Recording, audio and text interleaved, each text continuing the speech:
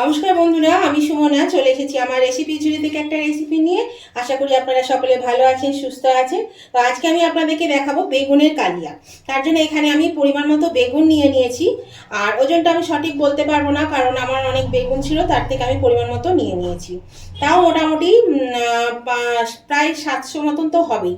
আচ্ছা, এখানে আমি নিয়েছি আলুগুলোকে এরকম করে কেটে নিয়েছি, নতুন আলু নিয়েছি। আর এরকম লম্বা লম্বা করে বেগুনগুলোকে কেটে নিয়েছি। তো চলুন, কচি বেগুন, একদম ভীষণই কচি, দেখছেন তো বীজগুলো কিরকম, একদম ছোট ছোট। তো এবার বেগুনটা আমি প্রথমে ভেজে নেব, আলু আর বেগুন প্রথমে ভেজে নেব। এই দেখুন বন্ধুরা, আমি বেগুনটা ভাজার জন্য কড়াইয়ে তেল দিয়ে দিচ্ছি পরিমাণ মতন। এখানে দিয়ে দিলাম একটু নুন, আর দিয়ে দিচ্ছি একটু হলুদ গুঁড়ো দিয়ে, তাহলে নুন হলুদটা মাখানো হয়ে যাবে। তেলটা ভালো গরম করে নেওয়ার পরে কিন্তু আমি একদম আঁচটাকে কমিয়ে দিয়েছি।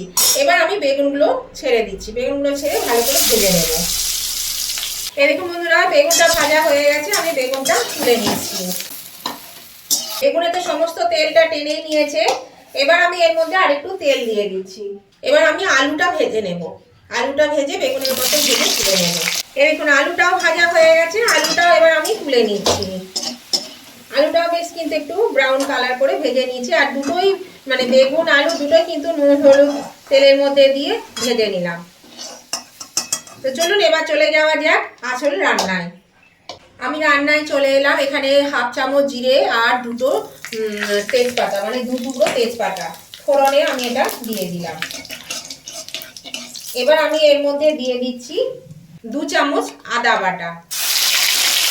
আদা বাটা দিয়ে আমি এটা একটু কষিয়ে নেব। 10-15 সেকেন্ড কষানোর পর এখানে 1 চামচ জিরে গুঁড়ো। এই রান্নাটা কিন্তু মশলা খুবই কম লাগবে বন্ধুরা, একদম কম মশলাতেই এই রান্নাটা হয়ে যায়, আর খেতেও কিন্তু খুবই সুস্বাদু হয়। দেখো মশলাটা আমার কষানো হয়ে গেছে। মশলা কষানো হয়ে গেছে, এর মধ্যে দিয়ে দিচ্ছি আমি প্রায় 100 গ্রামের মতন টক দই।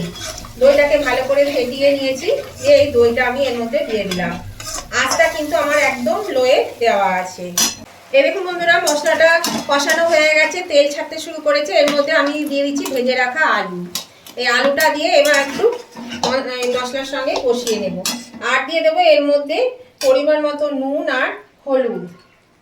এখানে হলুদ দিয়ে দিচ্ছি, আর দিয়ে দিচ্ছি কিছুটা নুন,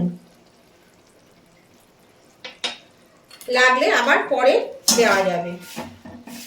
আর দিয়ে দিচ্ছি এর মধ্যে পরিমাণ মতো চিনি। চিনিটা একটু বেশি দিলাম, যেহেতু টক দই আছে, সেই জন্য আমি 1.5 চা চামচ মতন চিনি দিলাম। এবার এটা দিয়ে একটু ভালো করে কষিয়ে একটু জল দিয়ে দেবো, দিয়ে ঢাকা দিয়ে দেবো।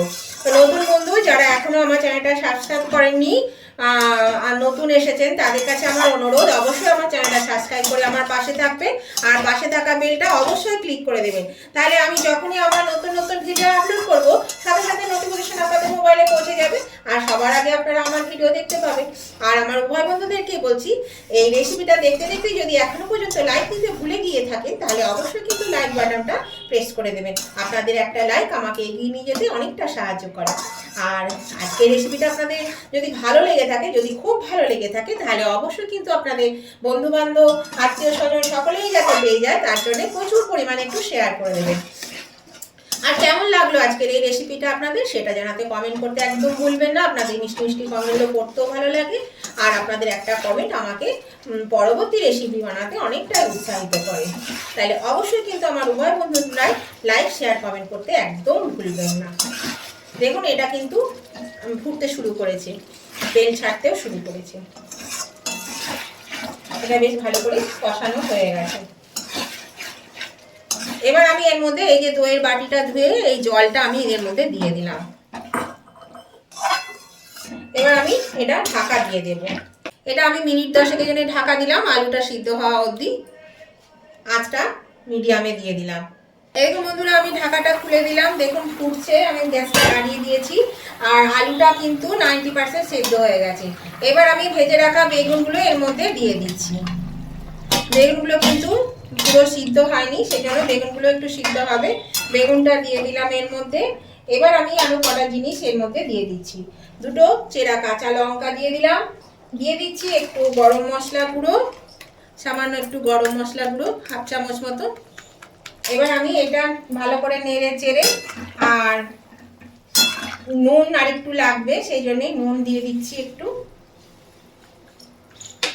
নুন দিয়ে এটা নেড়ে চেড়ে আমি আবার 4-5 মিনিটের জন্য এটা ঢাকা দিয়ে দেবো।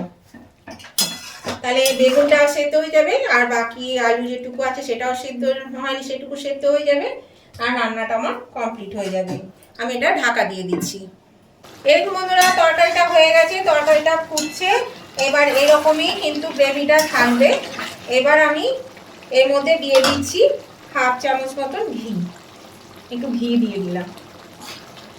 এবার ঘি দিয়ে নাড়িয়ে চাড়িয়ে আমি এটা নামিয়ে নেব। এটা কিন্তু একদম রেডি। বেগুন বেশি ঘাটাঘাটি করলে আবার মানে গলে যাবে, ভেঙে যাবে।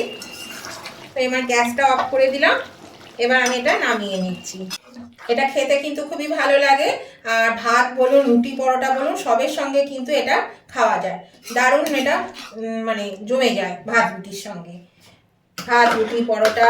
দেখুন বন্ধুরা, আলু বেগুনের কালিয়া আমি নামিয়ে নিয়েছি। খেতে কিন্তু অসাধারণ হয়েছিল। আপনারাও এভাবে বানিয়ে খাবেন, দেখবেন খুব ভালো লাগবে খেতে। আর কত কম মশলার মধ্যে এই রান্নাটা হয়ে গেল, দেখতেই পেলেন। তো আর খুব সহজে খুব তাড়াতাড়িও হয়ে যায়। আর রুটি পরোটার সঙ্গে খাবেন, খেতে কিন্তু খুব ভালো লাগে। তো আজকের রেসিপিটা আপনাদের ভালো লেগে থাকলে উভয় বন্ধুরা লাইক শেয়ার কমেন্ট করতে ভুলবেন না।